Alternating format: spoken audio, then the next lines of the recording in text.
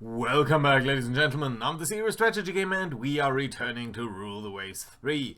Last time around, we did look at our ships and formulated an overall plan. We noticed that we have a severe lack of carriers. We only have two, and their displacement really isn't that high at 18,000 tons. They can only carry 45 aircraft each, so something needs to be done about that. Let's go ahead and design a ship and make that a little bit of a tutorial. So, hit that button down there, design ship, and then you are faced with this screen. And admittedly, this is a fairly big screen, but don't sweat it too much. There's a lot to unpack here, but it's not as bad as you would think. So, the first bit is up here. This is the general information about the ship. This is the information about the hull. This is the engine. This is the armor.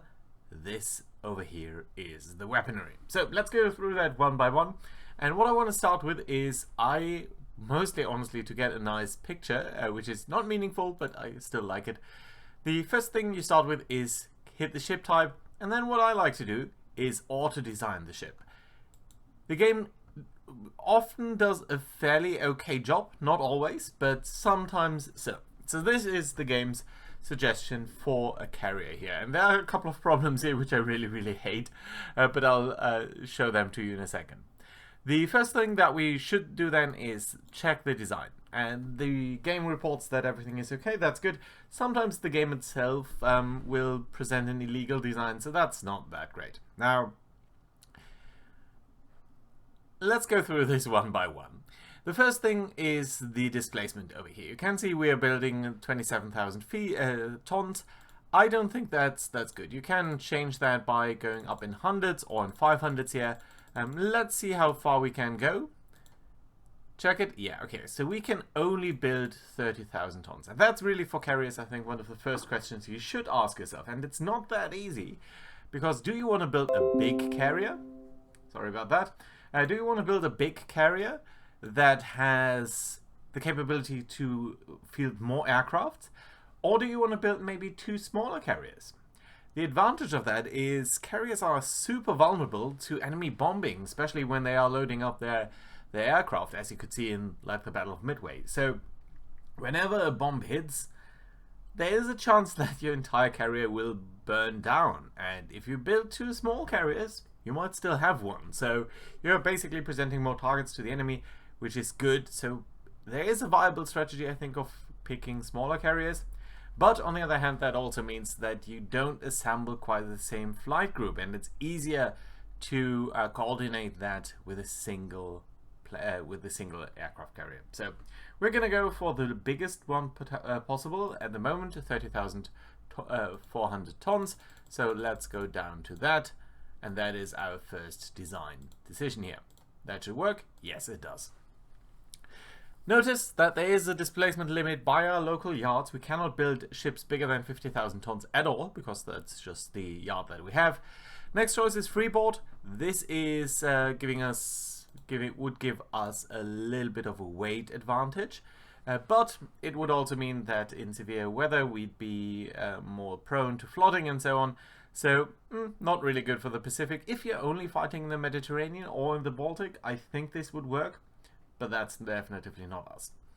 Now, as we are changing these features, what we should be looking at is these two columns here. There's weight and there is cost. Weight is basically just how much weight we're stuffing onto the ship, and cost is how much money that will cost us to build. The grand total of these two numbers is down here. So currently that's 28,000 tons out of the 30,000 that is allowed. So that gives us some weight that is remaining, and 85 million dollars, I don't know, 86 million money. It would also take 28 months to build this, so over 2 years at a cost of 3 million per month. That's not something that we can afford, but we'll get there in the end. So, freeboard, we could go for low. That would give us more weight and a little bit cost saving, but again, not something that we want. Speed, of course, quite an important figure. I like a speed of 30 for carriers. But notice that that costs us around 400 tons in terms of the machinery weight. That's pretty hefty. We could reduce that by picking a different engine priority. There are 3 settings. Speed gives us more weight, but it means that the ship becomes more prone to dropping down or stuff like that. Reliability means that the engine is not going to break down randomly, but it does cost more weight. We're going to go with the normal setting here, not too much of an issue. Oh, I forgot to talk about range. That's basically how far the ship can travel. It's not too important for most ships, except short obviously gives you more weight that you could put into other things, but it does mean that you can't strategically move in wartime. So that's okay for very specific ships, but not for our carriers. Our carriers need a little bit more flexibility. We could go for long, and I'm almost tempted to do that, but notice how much weight that costs, 800 tons. I don't think that's worth it for a ship this size. That has, however, some interaction with the propulsion type. So if we were to go for diesel, for example, you can see that diesel costs us more weight, so less is remaining down here. But if we were to go for example, extreme range, yes, that's now red, so we can't build the ship, or it would be disadvantageous. But you can see that at that point, oil and turbine machinery actually becomes worse than diesel for extreme ranges. So basically, the fuel is easier to store for diesel rather than for oil. That being said, at medium range, oil and turbine is a good choice. Coal, not such a good choice. That's more historical. Gas turbine would be a fantastic choice, potentially at least, but we don't have that researched. And you can see that as this error message as you're checking that. So it pays to always check out whether this does work. Right, so oil and turbine is fine. We could go for unit machinery. That does reduce the damage from engine hits. I don't think that's quite as necessary because we don't want to put this guy in the line of fire anyway. So it's a nice thing, but not really required for us. We do have, however, some armor over here. So that's all of these things. There's the question of how much weight we do really want to put on that. And for now, it's an 11% armor rating, which honestly I don't think is that great. I would rather have more aircraft rather than more armor. So let's dial down that to 1.5 inches. Let's see whether that is legal. Deck armor cannot be thicker than belt armor. Yeah, that's okay. We can dial down that too. Yeah, that would work. And that has already saved us around 1,000 tons, which I very much like because we can invest that into aircraft. Now, the next bit is turrets down here. And basically, let's briefly talk through all of these things. Belt armor, that's the side armor of the ship, so on the side. Deck armor is the top armor, so when you look down on the ship, that's mostly important due to either long-range engagements or bombing, whereas belt armor is mostly important for short-range engagement. There's also the extended belt, so very much the front and rear ends of the ship, and the same for the deck, so the front and rear parts of the deck. Conning tower, that is something that we should arm a little bit better. That's basically the control station, and it doesn't cost you that much, and the moment you lose that is obviously a very, very, very bad moment. So let's invest a little bit into that, and then we've got the turrets. We'll need to talk about the turrets. That's all the stuff that's set up here, and you can see them down here already. Now, in regards to our turrets, notice that the weight of the turrets is over here. And as we are changing the armor of the turret, that will be reflected over there, I would have thought. Does it? Wait a minute, does it change at all? Yeah, it does change down here. So it's not directly reflected here, but you can see that the armament, armor is changed by that. For normal ships, I would arm the turrets very strongly, but I don't think that's something that we require here, because basically we don't think that these guys are going to be engaged, at least not in the main battle line, and there's no risk of a flash fire of the turrets being penetrated and then that penetration going all the way down to the magazines. So I think this is fine. Lastly, on the defensive side here, we've got the torpedo scheme. We can't go higher than 3 for the moment, so that's fine. That's basically the torpedo defense. For later ships, this doesn't make that much, that's not that important, and for early ships it's also not that important, but for this time period I think there's a very high likelihood that the enemy is going to deploy torpedo bombers, so yeah, we're going to keep it at that. Accommodation, that is, as it says here in the little tooltip, we could go for crammed or spacious. Spacious is something that you need later on in the game. But for now I think normal is just fine. And the last bit over here is colonial service. If we hit that, that does cost us some weight, but it means that the tonnage on foreign station requirement, which every nation has depending on the number of colonies, is a little bit easier to satisfy with these types of ships. Not something that we'd want to really use for main battleships or main capital ships. So more for smaller things. Right, let's talk about weapons. We've got the main guns down here, we've got secondary guns, and we've got tertiary guns. Now, this is of course not a ship that we would want to use in a battle line. So our main guns don't need to be particularly good. It would be nice to have a couple of guns to fight off enemy destroyers and stuff like that, but it's not really required. What is required is anti-aircraft guns. And there are three ways that you can get anti-aircraft guns. Light guns, so light and medium guns down here, and heavy guns. Heavy guns is when you use any combination of your heavy guns, so of your main caliber guns, secondary guns, tertiary guns, in a dual purpose role. This little DP button down here or here. That would give you the heavy AA factor. Now, you might ask what's the difference between these three things, and that's pretty straightforward. So, light guns is something that can only fire on enemy aircraft as I think they are getting out of their attack. So this doesn't really prevent attacks, but it does punish enemy aircrafts when they have attacked. Medium AA guns have the ability to attack enemy aircraft as they are attacking your ship. So that's very useful because ultimately at the end of the day you want to prevent damage to your ships. You don't want to just shoot down enemy aircraft, but this has the ability to do damage before they actually get a chance to hit, so that's pretty good. Heavy AA also can do that, but more importantly, Heavy AA also has the ability to protect adjacent ships. So basically, this I think is representing 50 caliber, maybe 20 millimeter guns. This is something like 40 millimeters, and this is sort of everything above that. Caliber 4, what's that? I think 10 centimeters or so. Yeah. So, what is it that we want to do then? I think the idea that the game represents here of using secondary guns in a dual purpose role, that's already fine. But I don't like the idea of using 8 caliber main guns. That's just too much weight, that's not really useful. Also notice some of these guns here are in a casemated configuration, which means they are sort of sticking out of the side of the ship rather than being in a full turret as compared to these things. So it's a really weird setup.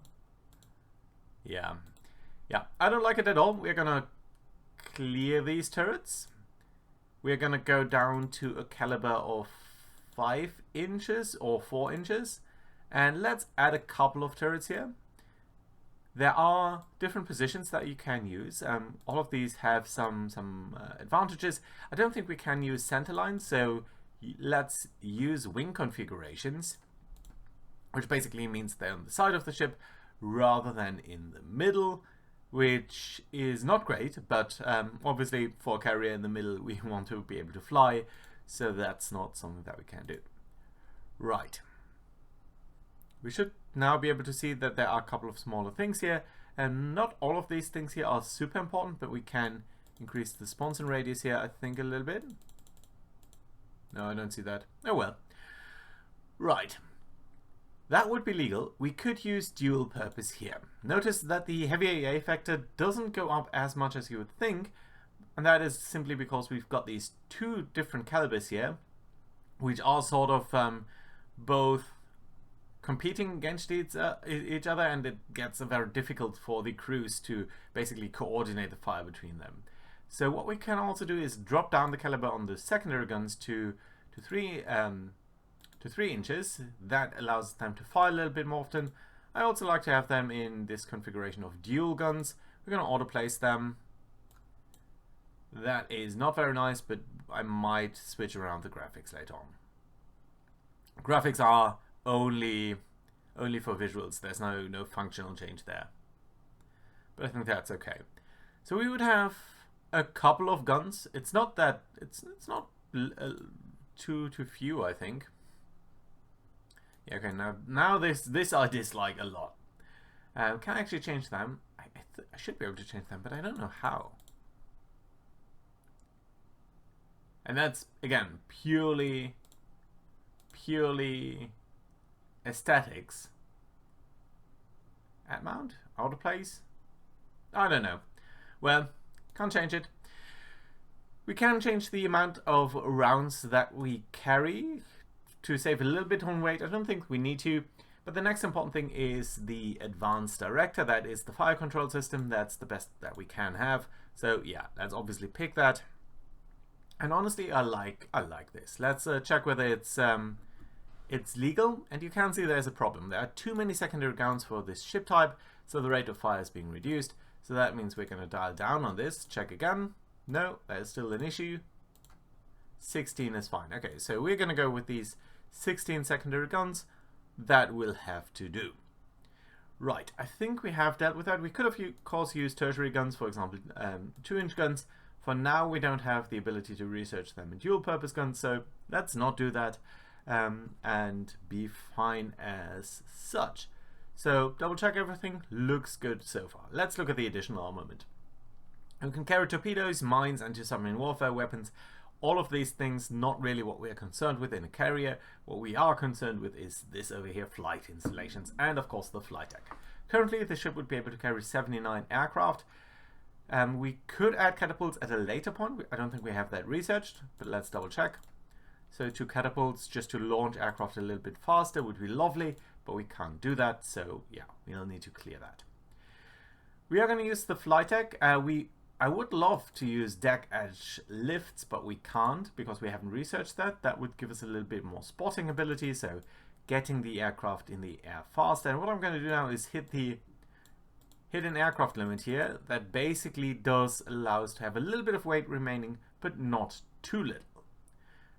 So that is dealt with. We don't have missile launchers yet. Radar is not something that we have yet, but we have the ability to install 2 level 2 radar sets on this guy in the future, so that's fine. We can't dial that up anyway, and that is already fairly fine. Now we have a little bit of weight remaining. That's always very useful to be able to do upgrades later on, but for an aircraft carrier you often can just reduce the air capacity as well as you're bringing more stuff onto this, so that's fine. I think we have a little bit of topside load remaining. Topside is how much stability the ship has by basically having things in the top rather than in the bottom of the ship, and if you have too much on the top side, the stability will suffer. And what I want to do then is put that into these aircraft installations. AA directors, I haven't talked about that yet. That is basically just the coordination feature between all of your things and making everything a little bit more likely to hit. I like to have a lot of these guys, although they have a lot of weight and a lot of cost, and they use a lot of topside. And by the way, you can see all of what the topside is causing, or what's causing the topside down there. But yeah, let's simply dial that up, and I think medium AA guns are pretty much what we want in the carrier, and maybe a couple of light guns too. Yeah, 16 light guns, 24 medium guns, 4 AA directors. I think that's a fairly good thing.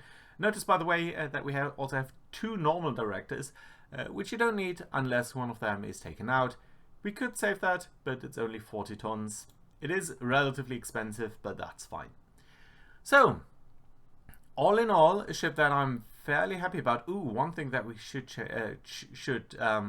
consider, and that is flight deck armor.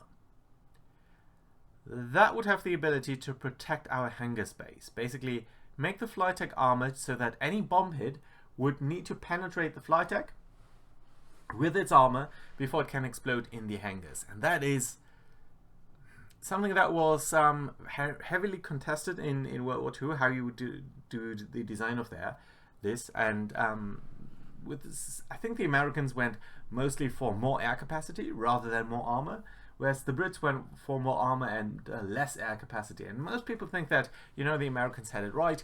Better have more fighters in the air rather than having a mediocre carrier that can't carry all that much, but that is more well protected. Now, that being said, after World War II, the Americans moved to the flight armor deck, so that is something that is worthwhile considering. Notice, though, that it has a huge cost. It's even higher cost than the deck armor itself, so that it would be below the hangar space.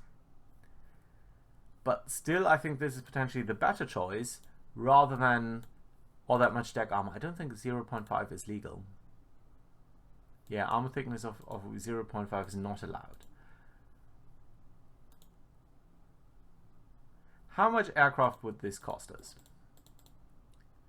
6 aircraft. That is a significant number. What happens if we go to 0 here and 1.5 here?